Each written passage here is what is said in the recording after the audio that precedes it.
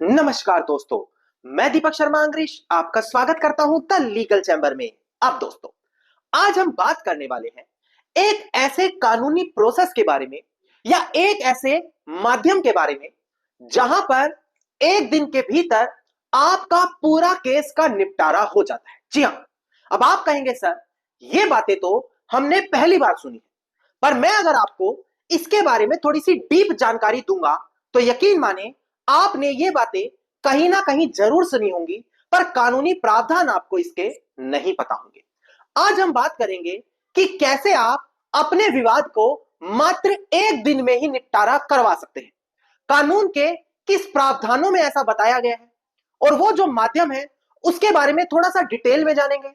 और इसके बाद कुछ बड़ी जजमेंट्स के बारे में हम बात करेंगे। और सबसे बड़ी बात ध्यान रखना, अगर आप ये माध्यम अपनाते हैं तो जो आप लोगों ने कोर्ट फीस कोर्ट में जमा की होती है वो भी आपको रिफंड कर दी जाती है। तो काफी जरूरी चीज है जो आज आपको इस वीडियो में ध्यान से देखना अनिवार्य है। अब दोस्तों, अगर आप लोगों को हमारी ये वीडियोस अच्छी लगती हैं, अगर आप लोगों को हमारी तरफ से किए गए एफर्ट्स अच्छे लगते हैं, तो मेरा आप लोगों से अनुरोध है इस वीडियो को आप लाइक जरूर करें, ज्यादा से ज्यादा शेयर जरूर करें और अपना वैल्यूएबल कमेंट सेक्शन में जरूर लिखें। तो चलिए दोस्तों, अब आज की इस वीडियो को हम ज्यादा लंबा ना करते हुए आज की इस वीडियो को स्टार्ट करते हैं।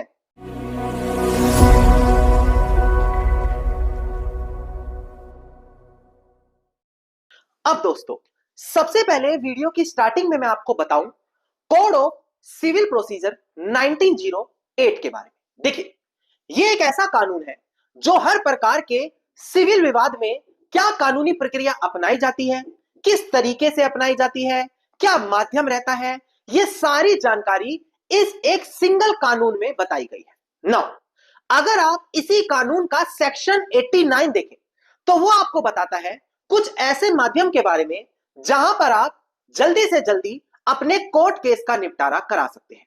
अब इन्हीं में से कुछ 4 माध्यम मैं आपको बता दूं: आर्बिट्रेशन, मीडिएशन, कॉन्सोलिएशन, जुडिशियल सेटलमेंट, लोक अदालत। ये कुछ ऐसे माध्यम हैं जहां से कोर्ट केस का निपटारा जल्दी से जल्दी हो जाता है।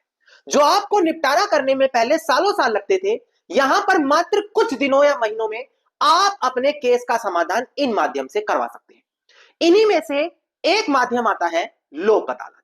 अब हो सकता है बहुत से लोगों ने ये पहले शब्द सुना हो, लोक अदालत, पर ज्यादातर लोग इस लोक अदालत को सिर्फ जो ट्रैफिक चालान होते हैं उनको सेटल कराने के लिए जानते हैं। जबकि मैं आपको बताऊं कि अगर आपका कोई ऐसा विवाद है जिसका आप निपटारा कराना चाहते हैं, आप नहीं चाहते कि सालों साल हम कोर्ट में फंसे रहें, तो आप लोक अदालत का सहारा ले सकते हैं और एक ही तारीख पर सेटलमेंट करके अपने पूरे केस का निपटारा करा सकते हैं। और यह बड़ा इजी होता है।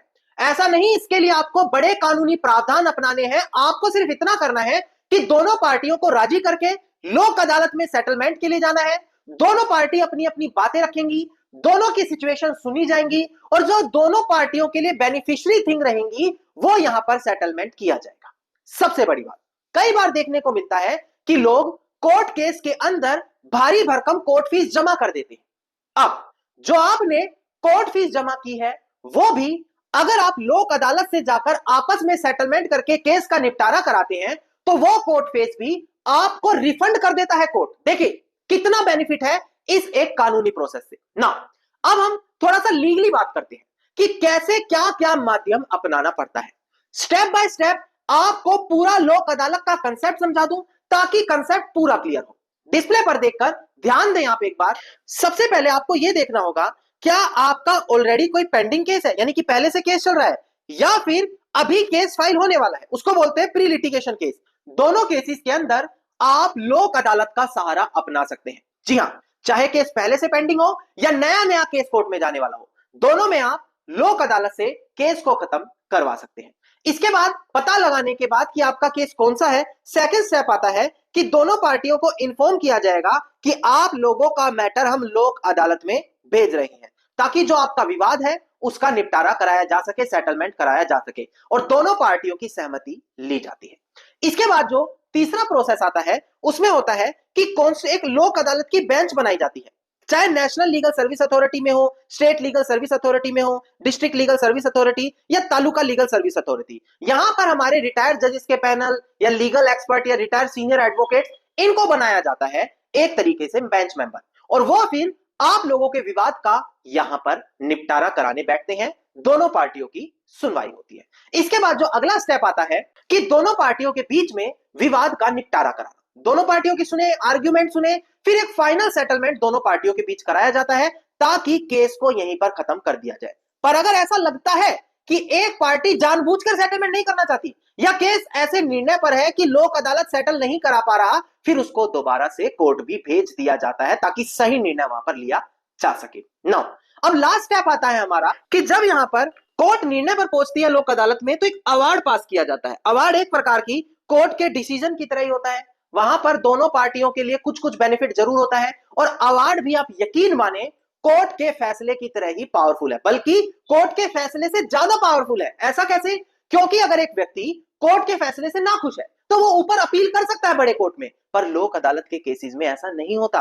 अगर दोनों पार्टियों ने सेटलमेंट करके कंसेंट दे दी, फिर उस फैसले के खिलाफ अपील नहीं डाली जा सकती, दोनों पार्टियों को वो फैसला मानना ही पड़ेगा। हाँ, फ्रॉड, धोखाधड़ी ऐसे केसेस में फैसला लिया है, फिर तो रेयर केसेस बन रहे हैं, वहां पर तब भी जाकर आप चैलेंज कर सकते हो, वरना लोक अदालत का जो फैसला होता है दोनों पार्टियों के लिए, वो उनको बाउंड करता है और उनको वो फैसला मानना पड़ता है, और इसके बाद अगर आपने कोई कोर्ट फीस दी हुई है उसको भी आप रिफंड करवा सकते हैं ना।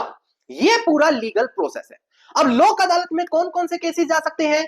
कोई भी क्रिमिनल केस जो कॉग्निजेबल ऑफेंस है, मतलब दोनों पार्टी आपस में सेटल कर सकती हैं, कोई भी मैट्रिमोनियल सिविल डिस्प्यूट हो गए, बंटवारे जैसे, वो आप कोर्ट में ना जाकर, मैं लोगों को शुरू में यही कहता हूं, मीडिएशन जाओ, कॉन्सोलिएशन, आर्बिट्रेशन, लोक अदालत, ये आप ही लोगों के लिए बनाए गए हैं ताकि कोर्ट के सामने जो सीरियस कॉम्प्लेक्स केसेस हैं उन पर ज्यादा फोकस किया जा सके और आप कम समय में अपने पक्ष में एक निर्णय ला सको। नाउ अब हम कुछ बड़ी जजमेंट्स के बारे में बात करते हैं ताकि आपको पता लग जाए कि लोक अदालत का भी जो फैसला होता है वो सच में पावरफुल होता है।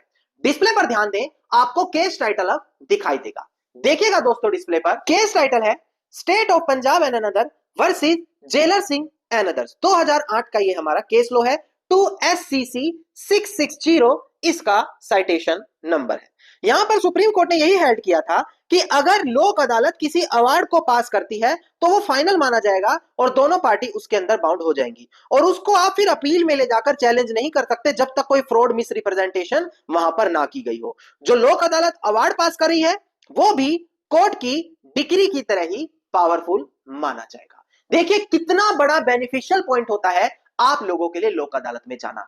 एक और इंपॉर्टेंट केस लो है, उसको भी डिस्प्ले पर देखकर ध्यान दें। केस टाइटल है KN गोविंद कुट्टी Menon versus CD Shahaji, 2012 2SCC 51 इसका साइटेशन नंबर है। यहां भी सुप्रीम कोर्ट ने बोला कि लोक अदालत अगर कोई अवार्ड पास करती है तो ये नहीं कि दोनों पार्टियों के बीच कॉम्प्रोमाइज हुआ है बस, ये भी सिविल कोर्ट की डिक्री की तरह ही माना जाता है। अगर आप section 21 legal service authority act देखें तो वहां पर यह चीज बताई गई है।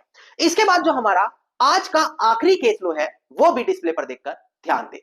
देखिएगा दोस्तों, भार्गवी कंस्ट्रक्शन वर्सेस कोठा पापू मुथ्यम रेड्डी एंड अदर, 2017 का ये केस लो है। सुप्रीम कोर्ट ने यही हेल्ड किया कि अगर सेटलमेंट होना पॉसिबल नहीं है लोक अदालत में, फिर लोक अदालत उस केस को मेरिट की तरह डिसाइड नहीं कर सकती। मेरिट का मतलब अगर दोनों पार्टियों के बीच सेटलमेंट नहीं हो रहा तो लोक अदालत कोर्ट की तरह अपना निर्णय नहीं दे सकती कि ये पार्टी ठीक है, ये पार्टी गलत है। ऐसा निर्णय देना कि कौन ठीक है कौन गलत है वो कोर्ट की पावर है। लोक अदालत उन दोनों के बीच सेटलमेंट कॉम्प्रोमाइज कराने के लिए बनाई गई है, ना कि मेरिट पर फैसला देने के लिए। अगर दोनों पार्टियों के बीच सेटलमेंट नहीं हो रहा तो उसको सिविल कोर्ट भेजो केस को, या रेलिवेंट कोर्ट में भेजो, वो इसका निपटारा करेगी। धन्यवाद दोस्तों, उम्मीद करता हूं वीडियो में मिली जानकारी आप लोगों के लिए बेहद ज्यादा लाभदायक साबित होगी। अगर वीडियो में मिली जानकारी आप लोगों को अच्छी लगी तो वीडियो को आप लाइक, शेयर और कमेंट जरूर कीजिएगा। वीडियो से जुड़ा अगर आपका कोई क्वेश्चन है तो मुझे आप कमेंट सेक्शन में लिख सकते हैं। इसके अलावा अगर आप लोग इसी प्रकार की महत्वपूर्ण जानकारी रोजाना पाना चाहते हैं तो इस चैनल को तुरंत सब्सक्राइब करके नोटिफिकेशन बेल आइकन आप जरूर दबा दें।